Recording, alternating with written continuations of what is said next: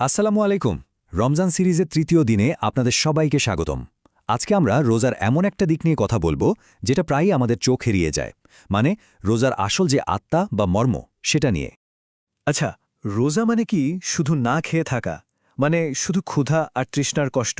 আমরা তো অনেকেই হয়তো এটাই ভাবি, কিন্তু প্রশ্ন হলো, রোজার উদ্দেশ্য কি আসলেই শুধু এটুকুই? চলুন একটা ব্যাপার একটু ভাবি। ধরুন একজন রোজা রেখেছে, কিন্তু তার আচরণে কোনো বদল নেই। সে আগের মতোই মিথ্যে কথা বলছে, যখন তখন রেগে যাচ্ছে। তাহলে কি তার এই রোজাটা শুধু না খেয়ে থাকা, মানে নিজেকে কষ্ট দেওয়া ছাড়া আর কিছু হলো? এই প্রশ্নটা নিয়েই কিন্তু আজকে আমরা গভীরে যাব। তাহলে আসল উদ্দেশ্যটা কি, কি সেই লক্ষ্য? এর উত্তরটা কিন্তু আর কোথাও না, সরাসরি কোরআনে দেওয়া আছে। আল্লাহ সুবহানাহু ওয়া তাআলা নিজেই একদম পরিষ্কার করে বলে দিয়েছেন।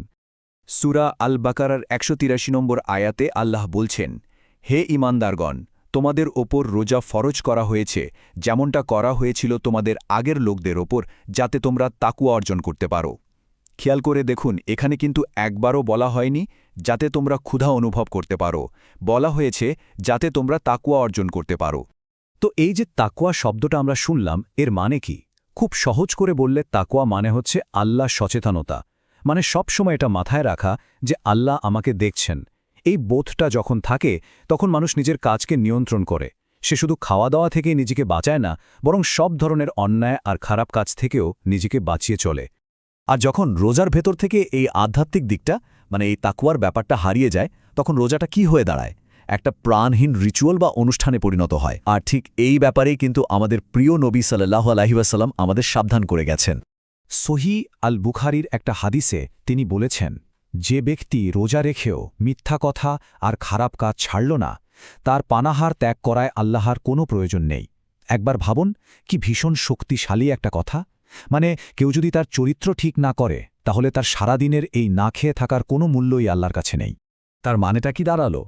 যদি রোজা রেখেও কেউ মিথ্যা বলেই যাচ্ছে, মানুষকে ঠকাচ্ছে, গালি দিচ্ছে বা অন্যের নামে খারাপ কথা বলছে, তাহলে তার রোজাটা হচ্ছে শুধু শরীরের, তার মন বা আত্মা কিন্তু রোজা রাখছে না।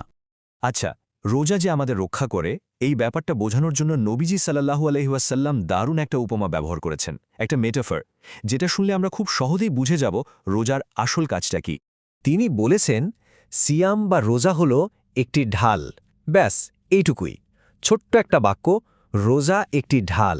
কিন্তু এর অর্থ যে কতটা গভীর, চলুন সেটাই দেখি। দেখুন, একটা ঢাল কি করে? একজন যোদ্ধাকে শত্রুর আক্রমণ থেকে বাঁচায়, তাই না? ঠিক সেভাবেই রোজার এই ঢালটা আমাদেরকেও বাঁচায়। কিসের থেকে? পাপ কাজ থেকে।